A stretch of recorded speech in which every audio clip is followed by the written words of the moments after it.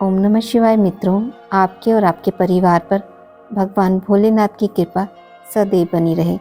आज मैं आपको सोमवार की व्रत कथा सुनाने जा रही हूँ। चलिए शुरू करते हैं। एक समय की बात है, अमरपुर नामक नगर में एक धनवान व्यवसायी रहता था। उसका व्यापार बहुत दूर तक फैला हुआ था। यहाँ के सभी नगरवासी उसका बहुत आदर करते थे। उस व्यापारी के पास किसी भी चीज़ की कमी नहीं थी, लेकिन फिर भी वह अपने जीवन में सुखी नहीं था। दरअसल उस व्यापारी का एक भी बेटा नहीं था, जिस कारण हर समय उसे यह चिंता सताती थी कि उसके मरने के बाद उसकी संपत्ति की देखभाल कौन करेगा।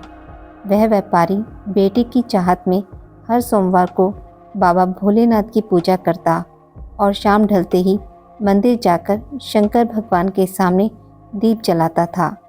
एक दिन माँ पार्वती उसकी श्रद्धा भक्ति से खुश हो गई।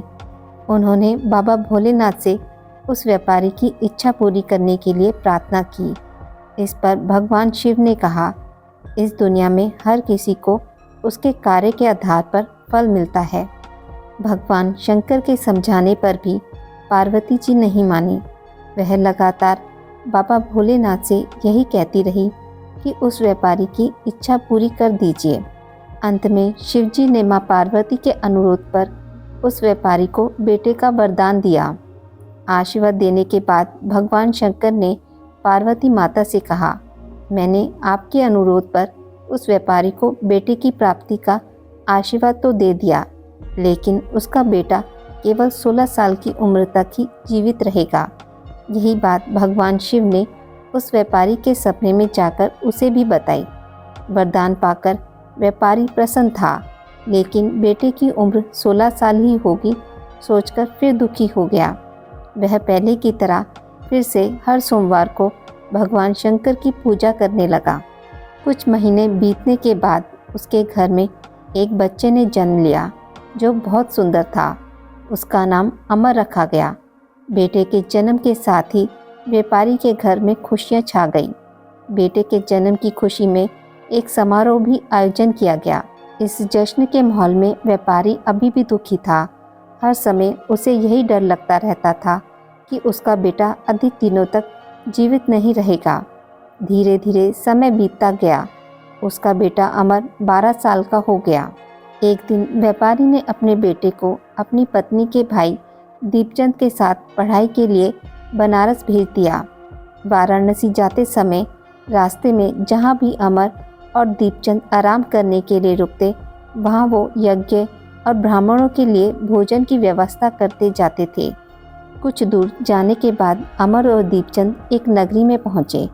यह नगर के महाराज की बेटी चंद्रिका की शादी थी, जिसके लिए पूरे नगर को दुल्हन की तरह सजाया गया था। ठीक उसी समय बारात भी आ गई। इस समय लड़के का पिता परेशान था, क्योंकि उसके बेटे की एक आंख खराब थी। उन्हें डर था कि अगर लड़की वालों को यह बात पता चल गई तो वह शादी तोड़ देंगे। तभी उसकी नज़र अमर और दीपचंद पर पड़ी। लड़के के पिता के मन में तुरंत यह ख्याल आया कि क्यों ना अमर को ही दूल्हा बनाकर शादी के मंडप में बिठा दिया जाए। एक बार जब उसका विवाह राजकुमारी से हो जाएगा तो फिर उसके बाद उसे कुछ पैसे देकर वहां से विदा कर देंगे। फिर राजकुमारी और अपने बेटे को अपने घर ले आएंगे। लड़के के पिता ने बिना देरी के दीपचंद से इस बारे में बात की और धन का प्रस्ताव रखा। दीपचंद ने पैसों के लालच में आकर तुरंत हाँ बोल दिया और अमर को दूल्हा बनाकर मंडप में बिठा दिया। यहाँ राजा ने राजकुमारी का कन्यादान कर विवाह संपन्न कराया और बहुत सारी संपत्ति के साथ अपनी बेटी को विदा किया। शादी के बाद जब अमर वहाँ से लौट रहा था तो उसे लगा कि झूठ बोलना सही नहीं है, और उसने राजकुमारी चंद्रिका के दुपट्टे पर सारी सच्चाई लिख दी। अमर ने लिखा, प्रिय राजकुमारी चंद्रिका, तुम्हारे साथ छल हुआ है।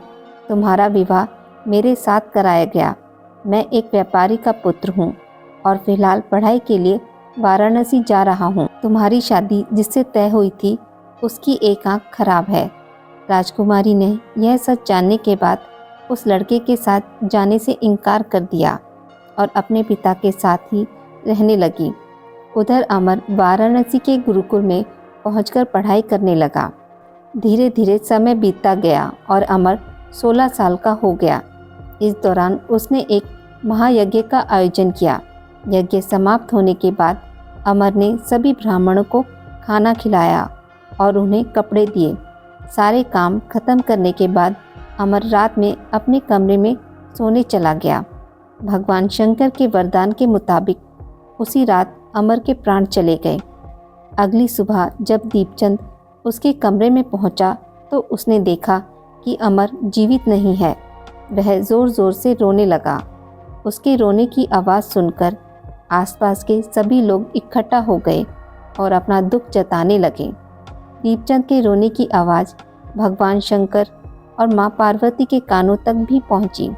यह सुन माता पार्वती ने कहा, हे स्वामी, मैं दीपचंद के रोने की इस आवाज़ को बर्दाश्त नहीं कर पा रही हूँ। कृपया करके इसके दुख को दूर करें। पार्वती जी की बात सुनकर बाबा भोलेनाथ अमर के पास पहुँचे। यहाँ उन्होंने देखा कि यह तो वही बालक है जिसे केवल 16 साल की उम्र तक ही जीवित रहने का आशीर्वाद मिला था। इसके बाद भगवान शिव सीधे माँ पार्वती के पास पहुँचे और कहा, हे गौरी, मरने वाला बालक उसी व्यापारी का पुत्र है। इसने अपनी उम्र पूरी कर ली है। यह सुन माता पार्वती ने भगवान शिव से एक बार फिर से आग्रह किया। उन्होंने कहा, स्वामी, आप कृपा करके इस बालक को दोबारा जीवित कर दें। इसे मृत देख इसके माता पिता भी अपने प्राण त्याग देंगे। माता पार्वती ने बाबा भोलेनाथ को याद दिलाया कि अमर के पिता उनके सबसे बड़े भक्त हैं।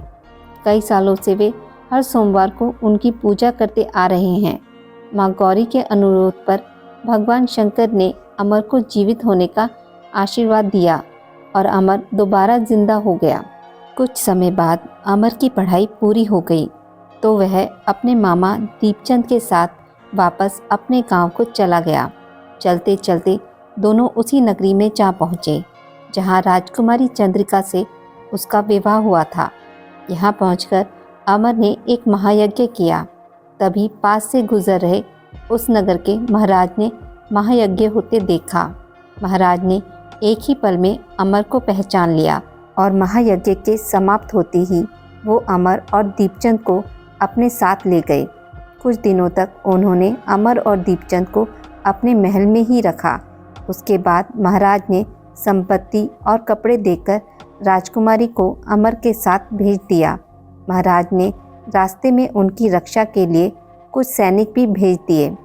दीपचंद भी महल से अपने नगर को पहुंचा और दूत के हाथों अमर के आने की सूचना व्यापारी तक पहुंचाई। व्यापारी को जैसे ही पता चला कि उसका बेटा 16 साल की उम्र के बाद भी जीवित है तो वह बहुत खुश हुआ। दरअसल व्यापारी और उसकी पत्नी दोनों ने खुद को एक कमरे में बंद कर लिया था। वह बिना कुछ खाए पिए अपने बेटे का इंतज़ार कर रहे थे। दोनों ने यह प्रण लिया था कि अगर उन्हें अपने बेटे की मौत की खबर मिली तो वह भी अपनी जान दे देंगे। दूत की बात सुनकर व्यापारी और उसकी पत्नी नगर के अन्य लोगों के साथ अपने बेटे के स्वागत के लिए नगर के गेट के पास पहुँचे। यहाँ उसे पता चला कि उसकी बेटे की शादी एक राजकुमारी से हुई है। वह दोनों साथ में आए हैं तो उनकी खुशी दोगुनी हो गई। बेटे और अपनी बहू का स्वागत उसने काफ़ी धूमधाम से किया। उसी रात एक बार फिर बाबा भोलेनाथ व्यापारी के सपने में आए और कहा, मैं तुम्हारी भक्ति से बहुत खुश हूँ। हर सोमवार को तुम मेरी पूजा करते हो, इसलिए मैंने तुम्हारे बेटे को लंबी उम्र का वरदान दिया है। भगवान शिव की यह बातें सुनने के बाद व्यापारी बहुत खुश हुआ। बेटे का जीवन वापस मिलने के बाद भी व्यापारी हर सोमवार को भगवान शिव की आराधना करता रहा। इससे भगवान शिव और माता पार्वती दोनों की ही कृपा व्यापारी के घर पर बनी रही। हे बाबा भोलेनाथ, जैसी कृपा आपने व्यापारी पर करी वैसी सभी पर करना। कथा को कहने वाले, सुनने वाले और हुंकारा भरने वाले पर भी करना।